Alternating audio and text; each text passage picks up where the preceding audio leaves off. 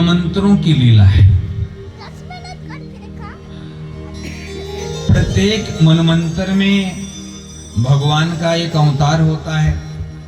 उसी मनमंत्र में एक अलग से इंद्र का अवतार होता है, एक सप्तऋषियों का अवतार होता है और एक मनु भी बदल जाते हैं। तो एक मनमंत्र में भगवान हरि का अवतार हुआ और हरि के अवतार में भगवान ने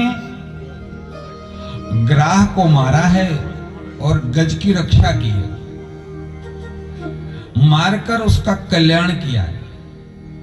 भगवान ने ग्राह को मारकर ग्राह का कल्याण किया है और गज की रक्षा करके भगवान ने गज का कल्याण किया। कथा आती है कि एक गजराज अपने परिवार के साथ वन में रहा करते थे।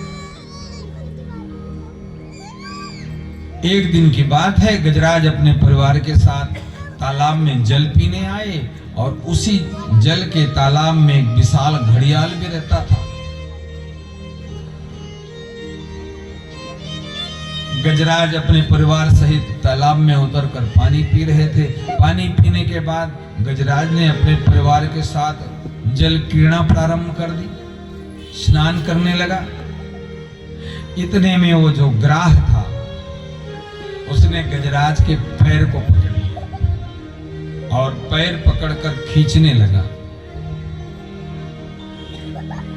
तो गजराज के जो परिवार के थे उन सब ने गजराज को पकड़कर बाहर निकालना चाहा, पर जल का जो जीव है वो तो ग्राह है, वहां वो बलवान था, इसलिए धीरे धीरे वो गजराज को गहराई में खींचता गया।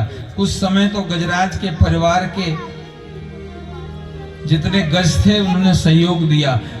अंत में उन्होंने देखा कि ऐसा लग रहा है कि घड़ियाल गजराज को खींच ले जाएगा, उनके साथ कहीं हम न चले जाएं, इसलिए सभी परिवार के लोगों ने गजराज को अकेला छोड़कर सब बाहर आ गए और वहां से चले गए। अब गजराज को लगा कि मैं अब अकेला हो गया और ये ग्राह मुझे गहराई में ले जाकर मार देगा। गजराज अपनी तरफ खींचते हैं, ग्राह उन्हें गहराई में धीरे धीरे ले जा रहा है और इतनी गहराई में लेके चला गया कि गजराज का जो सूंड था बस वो सूंड ऊपर रह गया, बाकी सारा शरीर जल में चला गया। अब गजराज को अपने परिवार को छोड़कर गोविंद की याद आ गई, भगवान की याद आई।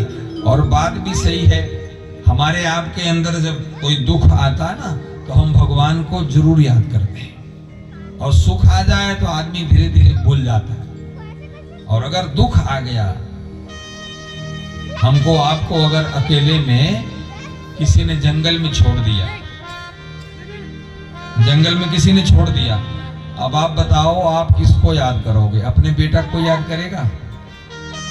नहीं करने वाला। अपनी बिटिया को याद करेगा? बिल्कुल नहीं। पत्नी को याद करेगा? पत्नी तो उस समय आदमी भूल ही जाएगा।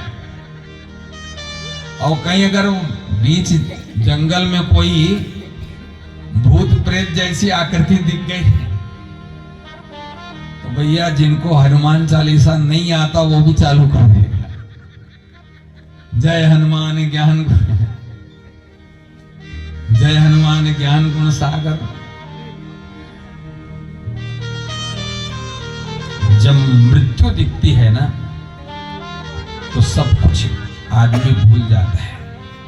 इसलिए शास्त्र ने एक बात कही, जीव अगर अपना कल्याण चाहे तो दो चीज याद रखे, एक अपनी मृत्यु सामने याद रखे और एक नारायण का नाम याद रखे।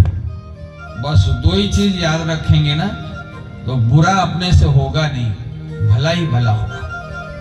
क्योंकि जब मृत्यु दिखती है ना तो संसार में सब चीज हम भूल जाते हैं। अगर हम भक्त होंगे तो ईश्वर को याद करेंगे और अभक्त होंगे तो न ईश्वर को याद करेंगे, भय में ही मर जाएंगे। यही तो भक्त की महिमा है। ये भक्ति की महिमा यही है, जब भय आए तो हम भगवान की शरण में चले जाएं और भगवान गीता में कहते हैं कैसे भी मेरी शरण में आ जाओ, सर्वधर्मान परित्यज्य मामेकम शरणम व्रज अहम त्वाम सर्व पापेभ्यो मोक्षयिष्यामि मा शुचः। भगवान कहते हैं गीता में जब अर्जुन को भगवान ने उपदेश किया, भगवान ने सन्यास योग की कथा, सन्यास योग का उपदेश किया, भगवान ने भक्ति योग का उपदेश किया, भगवान ने योग के विषय में अर्जुन को बताया। अब अर्जुन बोलता है कि प्रभु आपने मुझे इतने उपदेश कर दिए, इतने रास्ते बता दिए, आपने ये रास्ता बताया कि आप भक्ति करो, भक्ति से कल्याण होगा, आप ज्ञान मार्ग पर चले जाओ, आप सन्यास ले लो।